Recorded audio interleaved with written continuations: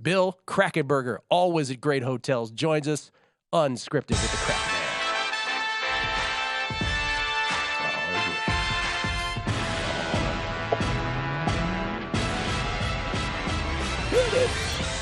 Crack Man from an undisclosed location. Where are you, Bill? Maybe you can disclose the location. Where are you? Atlantic City. AC. Garden spot of the world. It wasn't. I always say if God's going to end the planet, AC goes first, quickly by then followed immediately by Las Vegas. Sorry. I don't want to sound so. You're the first. I'm in a bad mood. I'm in a bad mood anyway. So just probably. No. Oh no! What are you in a bad mood about, Billy? Yeah. Well, I was debating whether. I was debating whether to talk about this, but of course, why not? It's a unscripted, aggravated gambler segment here. Sorry. So I have a friend that lives in Connecticut, and he just moved there recently. He lived in Las Vegas, but he just moved to Connecticut. By the way, it's not Alan Boston. People think Alan Boston right away because he lives in Connecticut. Nice kid though. He's got a very wealthy family actually. Thank God. He needs it, by the way.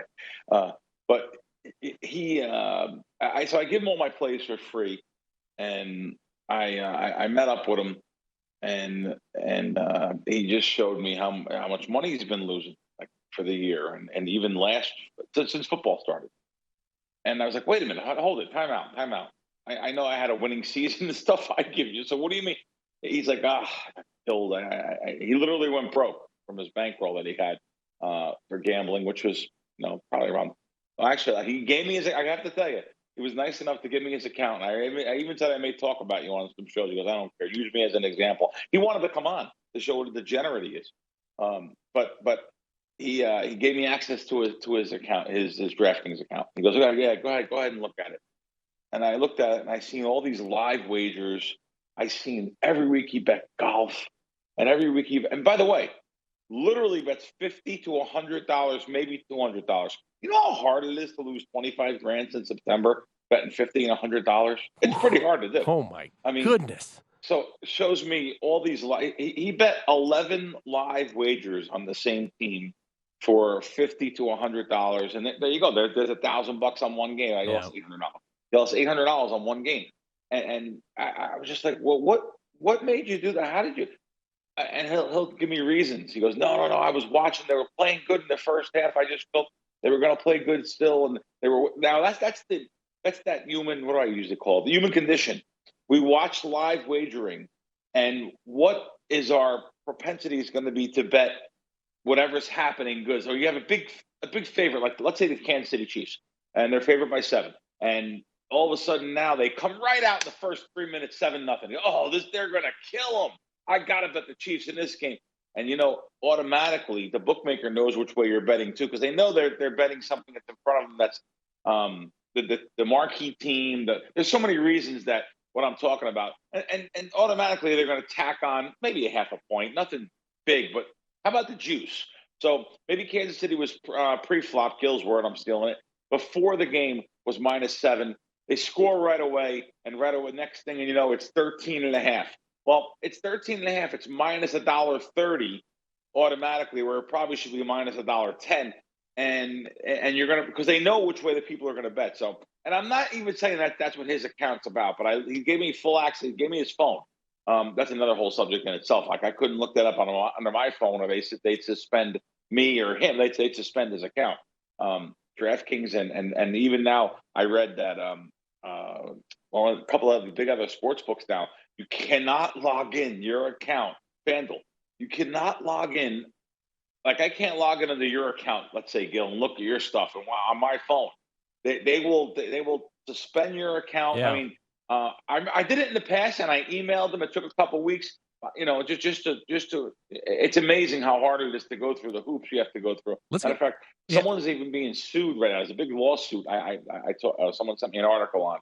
That's just another story in itself. That's a good point to make as well. But let's get back to the live betting thing, because the broader point you're making, I think, and you'll correct me if I'm wrong, is that people talk about, the broader subject is problem gambling. But when you talk about live and in-game wagering, there is that because it's in the moment and it's on the fly, there might be a propensity for some people to way over bet that kind of thing.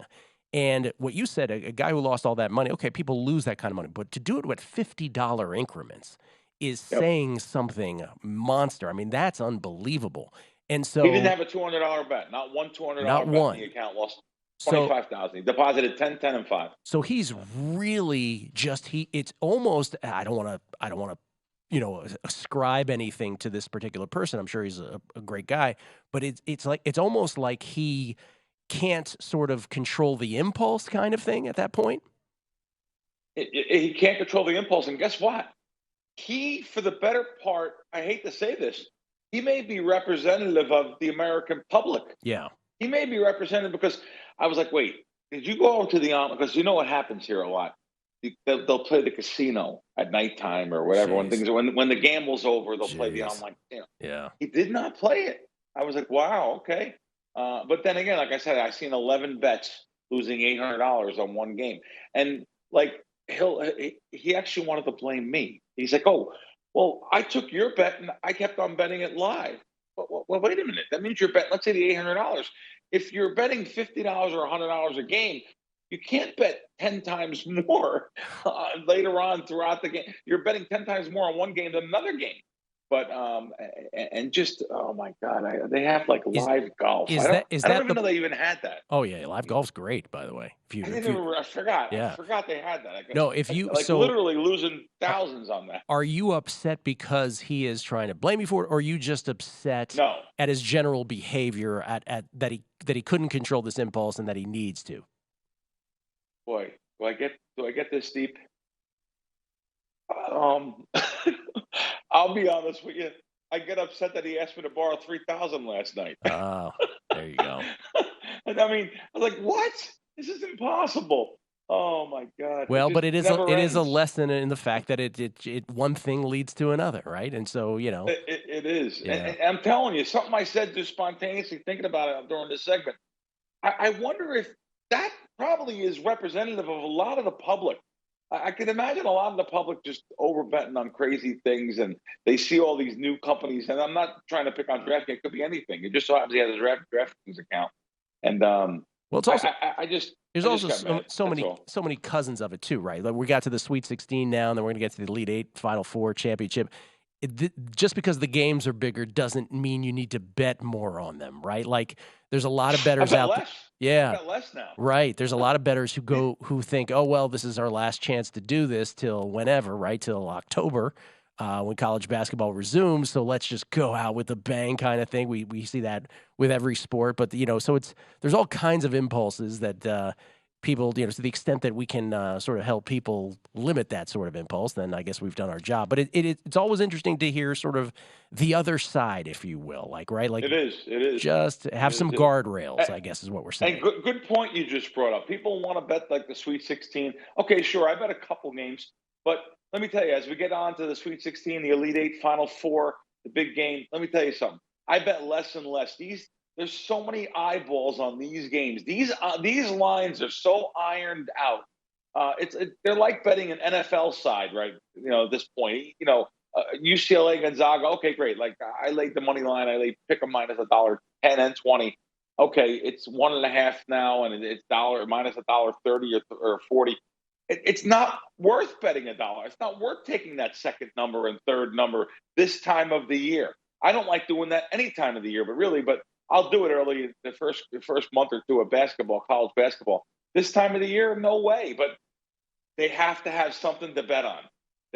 People have to bet on. Oh my God, it's the Sweet 16, and also yeah.